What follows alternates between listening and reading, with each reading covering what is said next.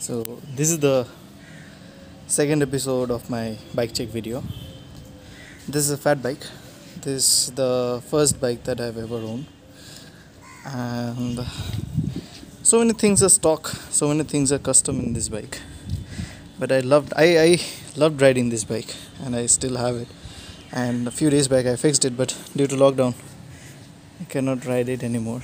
The first thing is this 780 riser handlebar, and then coming to the suspension, it's a 65 suspension. I got it from Fit Trip Bikes. Quite a nice suspension. I changed the tires, like the stock tires were some Chinese brand, those were not good, so I got these Kenda juggernauts. These are 26x 4.5, so those are quite wide.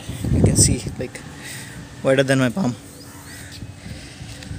Coming to the drivetrain, it's full Shimano Tourney stock. I have done no modifications on it, and it has mechanical brakes. The rear one is 160 however I've changed the front one to a 203 Like, the braking is really good in this bike. And oh, one more thing, I've added some carbon spacers in it, so looks cool. And it's a Syncross M 3.0 saddle. That's pretty much it.